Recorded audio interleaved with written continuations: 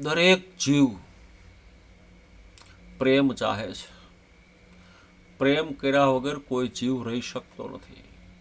પછી ચાહે પત્નીને પ્રેમ કરતો હોય, પત્ની પતિને પ્રેમ કરતી હોય, કે પુત્ર ઉપર પ્રેમ હોય, મિત્ર ઉપર પ્રેમ હોય, ગુરુ ઉપર પ્રેમ હોય, ગુરુ ભાઈ ઉપર પ્રેમ હોય, કે ભાઈ ભાઈનો પ્રેમ હોય, માતા પુત્રનો પ્રેમ હોય. આ દરેક જીવ પ્રેમ ચાહે છે, પ્રેમ વગર રહી શકતો નથી.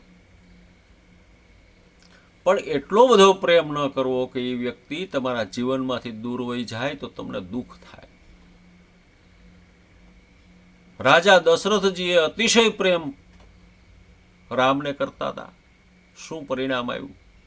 રામના વિયોગમાં પોતાને દેહ ત્યાગવો પડ્યો હતો.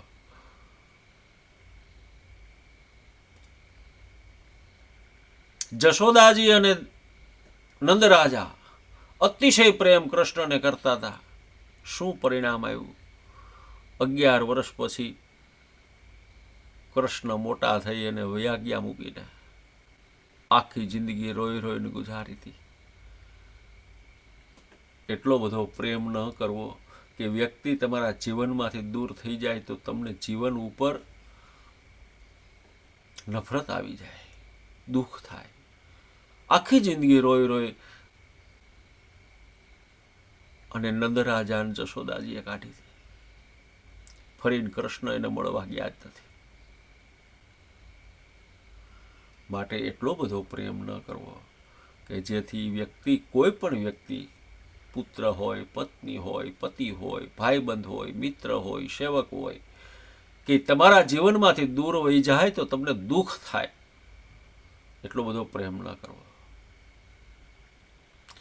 અને ભક્તિ અને ભજન કરવા વાળાએ તો ખાસ પ્રેમ સીમિત કરવો, બહુ માપે. પ્રેમ પરમાત્માને કરવો, કોઈ દી નફરત નહીં આવે, અનંત અંતરથી આનંદ ઉત્પન્ન થશે.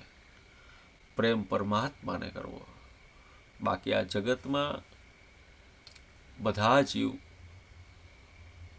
કોઈ સ્વાર્થથી ભરેલા છે. કોઈના જિંદગીનું આયુષ્યનું નક્કી પણ નથી હોતું કે જેથી એની દોરી તૂટી જાય અને આપણને કંઈ દુઃખ વિશેષ થાય. ના, પ્રેમ ભાવ બધા ઉપર રાખવો. અતિશય પ્રેમ કોઈને ન કરવો. અતિશય પ્રેમ હંમેશા દુઃખદાયક હોય છે. માટે પ્રેમ પરમાત્માને કરવો. હરિઓમ. જય ભગવતી.